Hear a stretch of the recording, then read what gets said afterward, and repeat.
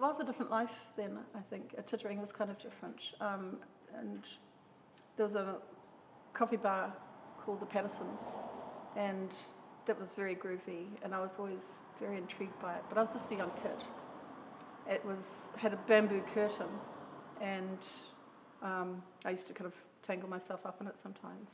It was long and narrow, behind the curtain, long and narrow, and there was always this amazing smell of fresh coffee and poppy seed plattered bread, and the woman behind the counter had her hair kind of whirled up in this black bun and really high, and she was like slim and amazing.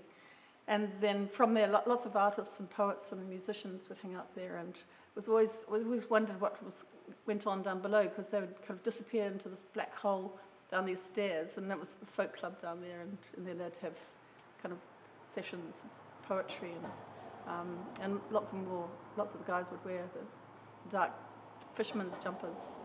But also outside on the pavement, Colin McCann was selling his paintings very cheaply, just sort of laid out on the footpath and propped up against the shops.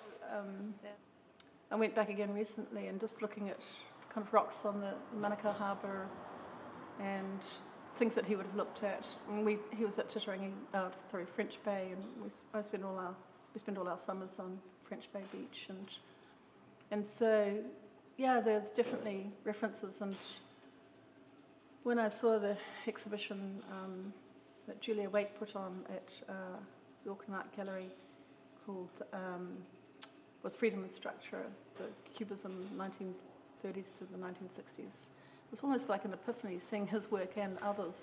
And I thought, actually, yes, that's my work feels very much like that too. I'm interested in the kind of the structure of things, but the freedom within. And also, Len Castle, we used to go to his place, and Mum would buy his pottery, and Mum did a bit of pottery as well. And he had quite a Japanese influence, and so there's a kind of that contemplation that I'm interested in, and his line work and textures.